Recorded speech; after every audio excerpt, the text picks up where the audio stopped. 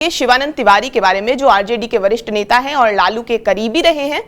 तो आरजेडी के रणनीतिकार के रूप में भी उनको देखा जाता है। सोशल मीडिया पर पोस्ट करते हैं, वो लिखते हैं कि तेजस्वी को जब पार्टी का नया कमान मिला था तो उस समय मैंने उसको कहा था कि तुम्हारे पिताजी तुम्हारे लायक गुरु नहीं हो सकते। उसके अलावा वो लिखते हैं कि संजय यादव और जगदानंद भाई दोनों ने तुम्हारी आंखों पर पट्टी बांध दी थी। क्या लगता है आपको कि इस तरह का जो पोस्ट किए हैं शिवानंद तिवारी, उसके बाद सुनील कुमार सिंह ने तेजस्वी के बचाव में शिवानंद तिवारी के खिलाफ मोर्चा खोल दिया। उन्होंने लिखा कि तथाकथित अवसरवादी तिवारी बाबा को जब जेडीयू या बीजेपी कुछ बनाने का आश्वासन नहीं देगा तब तक ये आरजेडी के विरुद्ध रुदाली विलाप जो है वो करते रहेंगे।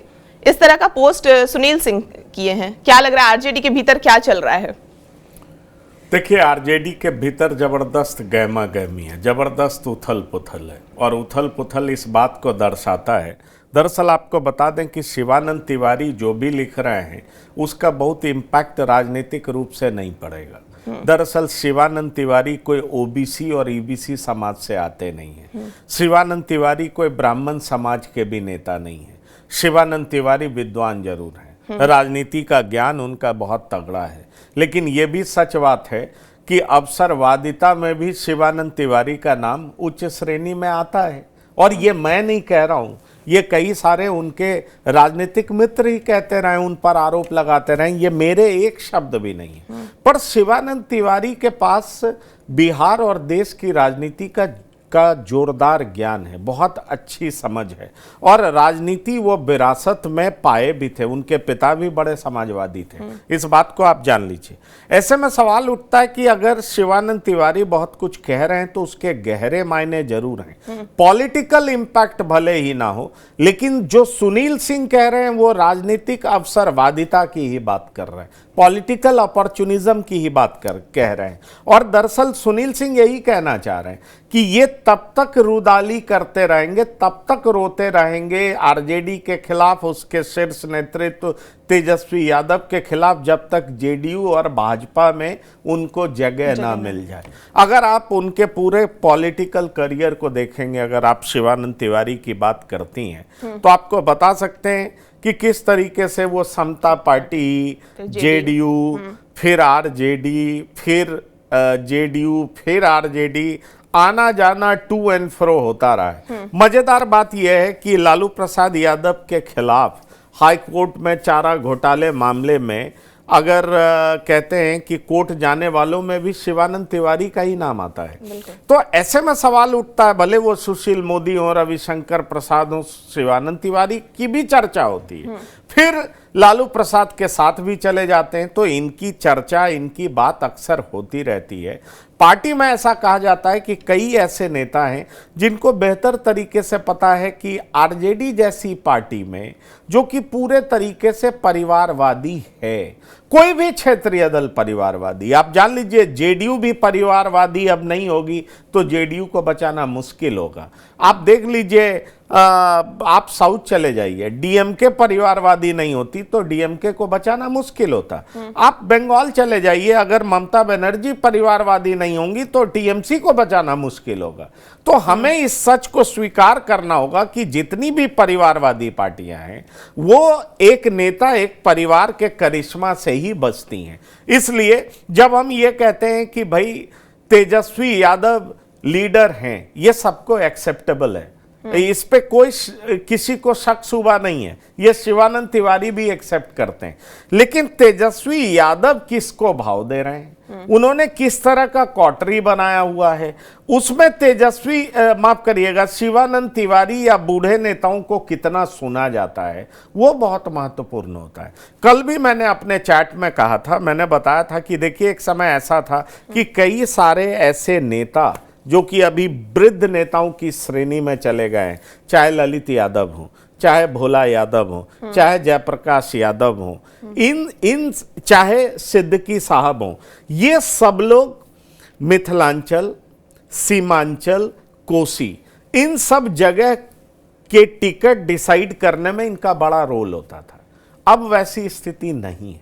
अब होता क्या है कि इनके कहने पर 1-2 टिकट दे दिया जाता। और मेरी जानकारी में समीक्षा बैठक में जब तेजस्वी यादव ने यह कह दिया कि मेरे ऊपर आरोप लगाया जाता है कि मैं एक्सपीरियंस लीडर का सुनता नहीं हूं, तो मैं बताऊं किस किस की मैंने क्या कौन कौन सी बात सुनी है, ये मैं बताऊं। और इसी बीच लालू प्रसाद कूद पड़ते हैं, कहते हैं कि हमारे नेता तेजस्वी यादव होंगे, प्रतिपक्ष के नेता यही होंगे, पार्टी के नेता भी यही होंगे, इसमें कोई शक शुबे की बात नहीं है। समझ लीजिए लालू प्रसाद और राबड़ी देवी उस दिन कह रही होती हैं जब एक दिन पहले रोहिणी आचार्य नाराज होकर के निकलती हैं घर से और तरह तरह के आरोप लगाती हैं तेजस्वी और उनके आसपास के लोगों पर। अब जरा सोचिए कि उस समय लालू प्रसाद यादव ने यह मैसेज बड़ा साफ दे दिया कि अगर पार्टी की बात है तो पार्टी की विरासत संभालने का एक ही व्यक्ति को अधिकार है, वो है तेजस्वी यादव। इसलिए अपने बेटियों को, अपने बेटे को उन्होंने बड़ा साफ मैसेज दे दिया कि तेजस्वी यादव के हिसाब से ही पार्टी चलेगी। अब ये बात किसी को बुरी लग सकती है, पर सच तो यही है।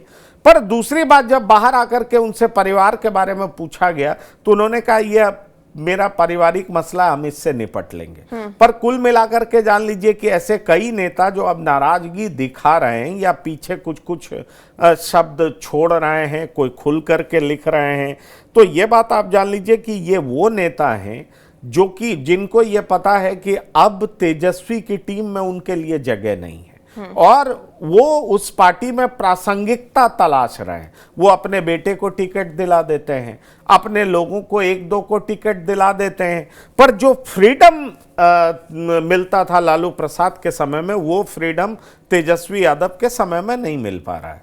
और इसी वजह से सुनील सिंह ने करारा प्रहार किया है और वो ये जान लीजिए शिवानंद तिवारी के खिलाफ ही किया है। अब सुनील सिंह की भी कहानी बड़ी दिलचस्प है कि वो भी जो कोर कमेटी है तेजस्वी यादव की, उसमें वो भी एंट्री मारते हैं, बीच बीच में उनका एग्जिट हो जाता है, फिर वो अपनी प्रासंगिकता बनाते हुए उसमें एंट्री मारने का प्रयास करते हैं। तो एक अजीबोगरीब कहानी है। देखिए, तेजस्वी यादव के लीडरशिप पे कोई सवाल नहीं है, इस बात को आप जान लीजिए।